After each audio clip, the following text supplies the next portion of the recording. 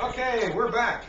And we're back to Genesis. We're going to wrap up there. We were in Genesis 41, and we dealt with that Joseph was the best man for the job because Joseph got his information from God.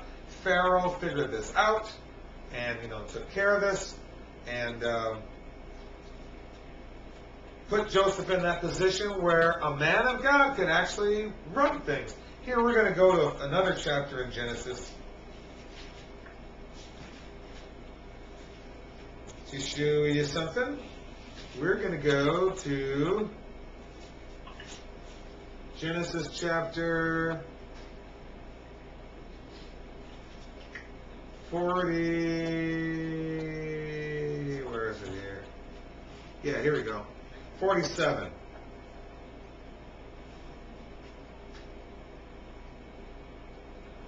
And it says, this is in verse 11, just to tell you what happened. Joseph's family came to Egypt because there was a famine all around. It was a, quote, like we call today, a global downturn. This was a global famine. It was maybe not every single country on the globe, but all the surrounding area, they were all having trouble. Egypt was the only place that had food left because Egypt happened to be the place where this man of God, Joseph, was, that listened to God, and Pharaoh listened to Joseph, and they did what God said to do, and they put all this, 20% of this food aside, so there was food available. And here's what happens. Joseph brings his family in so that they would be taken care of. Verse 11, and Joseph placed his father and his brethren and gave them a possession in the land of Egypt, in the best of the land, in the land of Ramesses, as Pharaoh had commanded. And Joseph nourished his father and his brethren and all his father's household with bread according to their families. This is not just Wonder Bread or 7 grain. Bread here is used to mean sustenance, food, not just literal pieces of bread. Verse 13. It's funny, most of the time in the word, bread means all of it, and meat might just mean bread. So you have to watch the context. It's interesting. Verse 13. And there was no bread, there was no sustenance in all the land, for the famine was very sore, so that the land of Egypt and all the land of Canaan fainted by reason of the famine. And Joseph gathered up all the money that was found in the land of Egypt and in the land of Canaan for the corn which they bought, and Joseph brought the money into Pharaoh's house. What just happened here? Well, there was no more food. So how were people going to get food? Well, when things got tough, they went to Joseph. And Joseph gave all the food away. He sold it. That's how they got all the money. It talks about that in another place where Pharaoh, with things got tough, and they said, what should we do? And Pharaoh says, go to Joseph. He'll tell you what to do. And Joseph said, buy it. And they bought it. Verse 15. And what happened? He brought all that money into Pharaoh's house because Pharaoh was the king. And when money failed in the land of Egypt and in the land of Canaan, all the Egyptians came unto Joseph and said, give us bread, for why should we die in thy presence, for the money faileth? Just yesterday on Twitter, I was talking about how, because there's this whole idea of entitlement that people have, that I'm entitled to this and I'm entitled to that.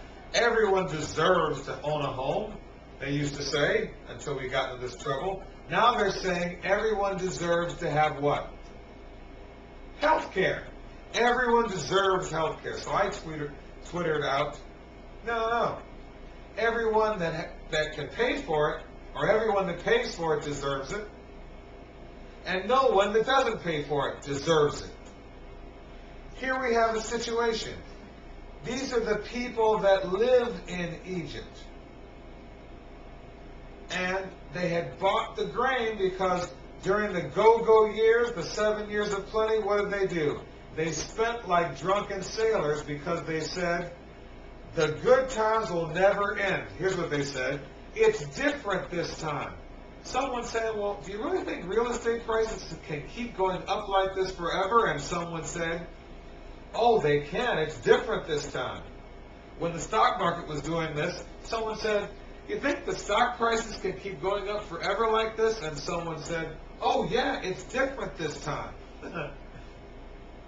During the 7 good years, there are all kinds of people saying that things are, oh, it's going to be great. It can't stop. It's going to go up like this forever. Not knowing that it wasn't. But Joseph knew and Pharaoh knew, and they set something aside for the non-rainy days that were coming up. We use the expression, save it for a rainy day. There were days coming up where there wouldn't be rain, and there was a famine. And so, you would think if you lived in Egypt then, that you deserve food. So they could have gone to Joseph, and they did. And they said, Joe, we've paid now. We don't have any money, and we deserve food. They said, why should we die in thy presence, for the money faileth? The guy said to me, and he used a curse word, and he said, well, so if someone doesn't prosper, should they just blah, blah, blah die? Should they just frickin' die? And you can guess what word he used. Because of that, should they just frickin' die in the streets then? So these people in Genesis said, for why should we die in thy presence? For the money faileth. Give us food. We deserve food. Everybody deserves food.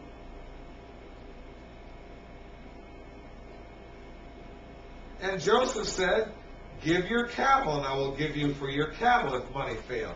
Oh, if you don't have any money left, give me your cattle. I'll trade cattle for food, for grain, other kinds of, he had grain that they talked about. I'll trade it.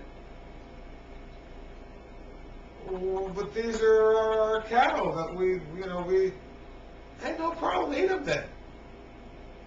Well, we have to have other kinds of food too to live. Oh, you can't survive on just meat alone? No, we can't.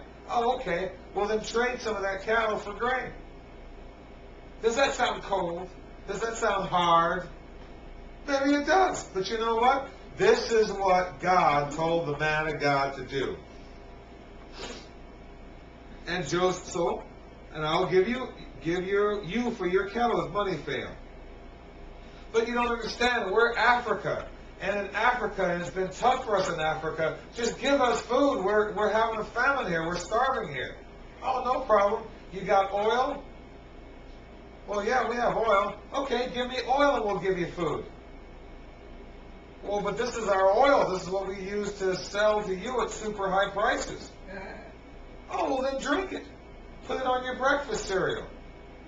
Well, we don't even have breakfast cereal. Oh, well, then drink it in a glass, Well, we won't do the oil. Okay, you got diamonds? You got silver? You got gold? You got platinum? You got rubies? We'll trade you food for your diamonds and gold and platinum and rubies and oil. And they brought their cattle unto Joseph. They didn't argue.